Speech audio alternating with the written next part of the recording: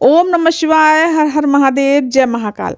अगर आपके पास बहुत कर्जा हो गया है और वो चूक ही नहीं रहा, या धन से जुड़ी हुई कोई भी समस्या है जो कि बहुत परेशानी जा रही है, धन आ नहीं रहा, कर्जा बहुत हो गया है और कहीं से भी धन अर्जित नहीं हो रहा, तो आपको सिर्फ एक उपाय करना है।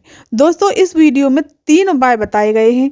एक बताया गया है कर्ज मुक्ति के लिए, एक बताया गया है धन संपदा के लिए। जिसके घर में धन संपदा की कमी है, धन संपदा कहीं से आ ही नहीं रही है, तो उसके लिए उपाय बताया है। और दोस्तों, एक बताया है शिव महापुराण के अनुसार शिव जी के 6 सूत्र बताए हैं। अगर इन 6 सूत्रों में से हम कोई भी एक सूत्र अपनी जिंदगी में धारण करते हैं तो निश्चित ही भोलेनाथ कहते हैं हमारी कामना पूरी होगी। और तो और दोस्तों, हमें मृत्युलोक में दोबारा से जन्म नहीं मिलेगा, हमें मोक्ष की प्राप्ति हो जाएगी। दोस्तों, 2024 बहुत ही सुंदर साल आ रहा है, तो इस साल से पहले ही दिन भोलेनाथ के सोमवार का दिन पड़ रहा है, शिव जी के दिन से शुरुआत हो रही है। तो हमें भी अपने जीवन में इन 6 सूत्रों में से कोई भी एक सूत्र अपने जीवन में जरूर धारण करना चाहिए। नई शुरुआत करते हैं, चलिए जानते हैं दोस्तों कि ये उपाय हमें किस प्रकार से करने हैं और कैसे करने हैं। दोस्तों, सबसे पहले जानते हैं हम कि पहला सूत्र क्या है। पहला सूत्र है कि आपको प्रतिदिन चंदन लगाना है अपने मस्तक पर। अगर आप ये भी नहीं कर सकते, अगर चंदन नहीं लगा सकते, तो आप रुद्राक्ष की माला अपने गले में जरूर पहने। अगर आप वो भी नहीं कर सकते, पूज्य गुरुदेव तो इतने सरल बताते हैं, अगर आप वो भी नहीं कर सकते तो आपको ओम नमः शिवाय का मंत्र का जाप जरूर ही जरूर करना चाहिए। और ये भी नहीं कर सकते तो चौथा सूत्र बताया है पूज्य गुरुदेव ने कि 1 लोटा जल भोलेनाथ पर प्रतिदिन समर्पित करें। तो दोस्तों, इस साल पर कोई ना कोई एक प्रण आप जरूर ही जरूर लीजिएगा। और 5वां सूत्र बताया है, अगर जल भी समर्पित नहीं कर पाते आप, तो 5वां सूत्र पूज्य गुरुदेव ने बताया है कि भोलेनाथ का शिखर का, मंदिर के शिखर का दर्शन करना है। पूज्य गुरुदेव कहते हैं शिखरम दर्शनम सर्वनाश पापनम।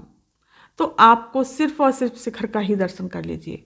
और अगर आप ये भी नहीं कर पाते पूरे साल दोस्तों, तो आपको एक कार्य करना है कि 12 ज्योतिर्लिंगों में से किसी भी एक भी ज्योतिर्लिंग में से आप अगर शिव महापुराण की कथा या शिव पुराण आप सुनते हैं, भोलेनाथ की कोई भी कथा सुनते हैं इन ज्योतिर्लिंगों में बैठ करके, तो आपको सीधा मोक्ष की प्राप्ति होगी और भगवान शिव का धाम आपको प्राप्त होगा। धरती पर आपको दोबारा जन्म नहीं लेना पड़ेगा। तो इन चीज़ों में से कोई भी एक चीज़ दोस्तों जरूर ही जरूर इस नई साल पर अपने हृदय में धारण करिएगा। चलिए जानते हैं उपाय के बारे में। जो पहला उपाय है दोस्तों, बटकेश्वर महादेव का। आपको बटकेश्वर महादेव का उपाय करना है केवल और केवल लौंग से। पूज्य गुरुदेव की कथा सुन करके और समझ करके बहुत सुंदर सा उपाय लेकर के आई हूँ दोस्तों। आपको क्या करना है, 2 लौंग ले लेनी है।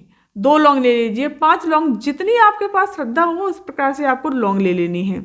और उस लौंग को आपको जल के पात्र में, आपको तांबे का कलश ले लेना है और इसको जल को आपको अपने घर से भरना है, अपने रसोई घर से जिसमें से आप जल पीते हैं। और इस लौंग को इस जल में आप डाल लीजिए बटकेश्वर महादेव का नाम स्मरण करके, और सीधे पहुंच जाना है। और फिर हाँ दोस्तों, एक काम और करना है आपको, 2 लौंग और लेनी है आपको।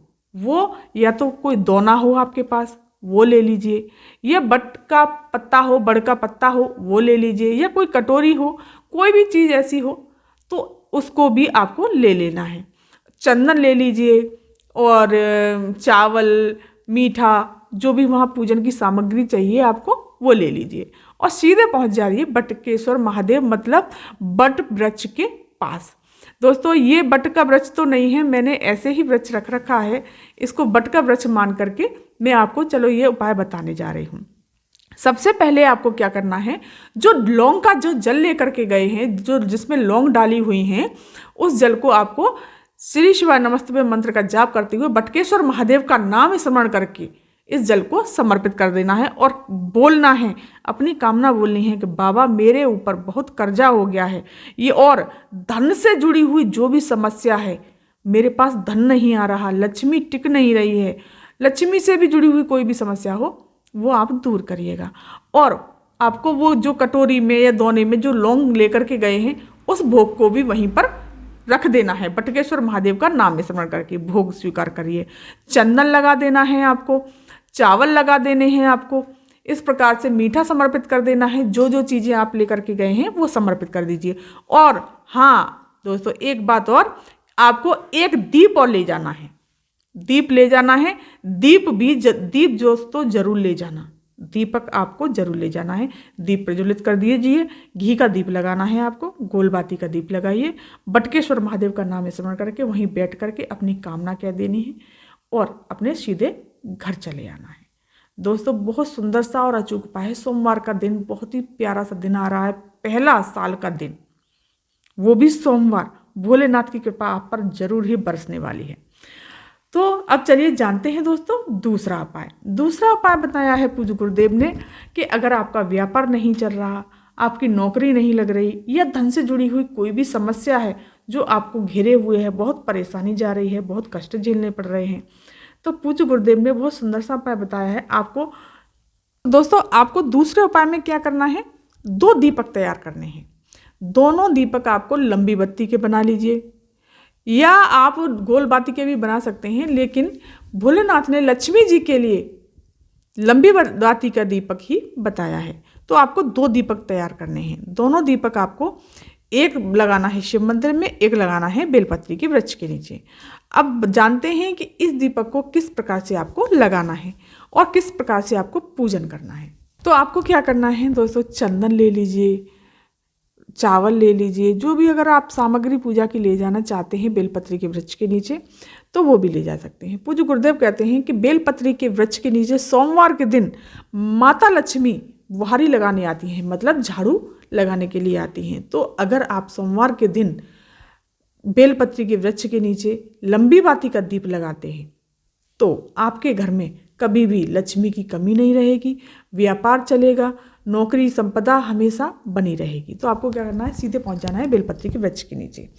अगर आप जल लेकर जाना चाहते हैं तो जल भी ले जा सकते हैं। और अगर आप पर ज़्यादा ही समस्या है, बहुत विकट समस्या है, तो इस कार्य को, जो लंबी बाती का दीपक आप बेलपत्री के वृक्ष के नीचे लगा रहे हो, उसमें 2 बाती भी लगा सकते हैं। 2 बाती शिव शक्ति के नाम से 2 बाती लगा दीजिए। तो इस दीपक को प्रज्वलित कर लेना है, लंबी बाती का दीप। और अगर ज़्यादा समस्या है आपके पास, आपके ऊपर ज़्यादा कष्ट झेलने पड़ रहे हैं, समस्या ज़्यादा है धन से जुड़ी हुई, तो 2 बाती का दीप लगा दीजिए। जल समर्पित करना चाहते हैं, जल समर्पित की पूजा की सामग्री जैसे कि चंदन लगाना चाहते हैं, जैसे कि चंदन लगा दीजिए, मीठा समर्पित कर दीजिए इस प्रकार से। और फिर आपने शिव मंदिर पहुंचना है। शिव मंदिर भी आपको इसी प्रकार से करना है, लेकिन शिव मंदिर के अंदर आपको दीपक नहीं लगाना। शिव मंदिर की चौखट पर आपको लंबी बाती का दीपक लगाना है। और अगर 2 बाती अगर आपने बेलपत्री के वृक्ष के नीचे लगाई हैं तो 2 बाती ही आपको शिव मंदिर में लगानी है। 2 बाती का दीप आपको शिव मंदिर में लगाना है। अब आप सवाल ये उठता है, आप ये सोच रहे होंगे कि 2 बाती कैसे लगानी है, किस प्रकार से लगानी है, तो वो भी मैं आपको करके बताती हूँ। दोस्तों इस उपाय को आपको प्रदोष काल के समय पर करना है, ये नहीं कि सुबह की शाम, सुबह के टाइम नहीं करना। ये उपाय आपको प्रदोष काल के समय करना है। इस प्रकार से देखो दोस्तों, इस प्रकार से 2 बाती बना करके दोनों बातियों को जला देना। इस प्रकार से 2 बाती लगा देनी है और इस दूसरी बाती को भी आपको जला लेना, दोनों बातियों को जला देना है शिव शक्ति का नाम स्मरण करके। तो दोस्तों इस उपाय को करने से भोलेनाथ कहते हैं कि अगर 5 सोमवार या 7 सोमवार इस उपाय को करते हैं तो निश्चित ही आपके घर से दरिद्रता दूर हो जाएगी, धन लक्ष्मी आपके घर में जरूर आएंगी। तो आपको ये उपाय जरूर करना चाहिए। बहुत सुंदर सा और अचूक उपाय है। का स्मरण करते हुए इस तरह से आपको दीप लगा करके प्रणाम करते हुए सीधे आपको अपनी कामना और कहनी है दोस्तों। दोनों जगह बेलपत्री के वृक्ष के नीचे भी आपको, और मंदिर के जब दरवाजे पर, जब मंदिर की चौखट पर आप दीपक लगाएंगे तो वहाँ पर भी अपनी कामना कहनी है, अपना कह करके और सीधे अपने घर चले आना है। दोस्तों बहुत ही अच्छा और अचूक उपाय है, बहुत ही सुंदर सा उपाय है। इस उपाय को आप इस सोमवार से देखिए कीजिएगा। 1-1.25 महीना नहीं होगा, आपकी भोलेनाथ जरूर खुशियों से झोली भर देंगे, आपके घर में कोई भी कमी नहीं होगी। तो ये उपाय जरूर करिएगा। तो दोस्तों ये वीडियो आपको कैसी लगी? अगर ये जानकारी आपको पसंद आई हो तो मेरे चैनल को सब्सक्राइब कर दीजिए, वीडियो को लाइक कर दीजिए और कमेंट में श्री शिवाय नमस्तुभ्यम अवश्य लिखिएगा। धन्यवाद।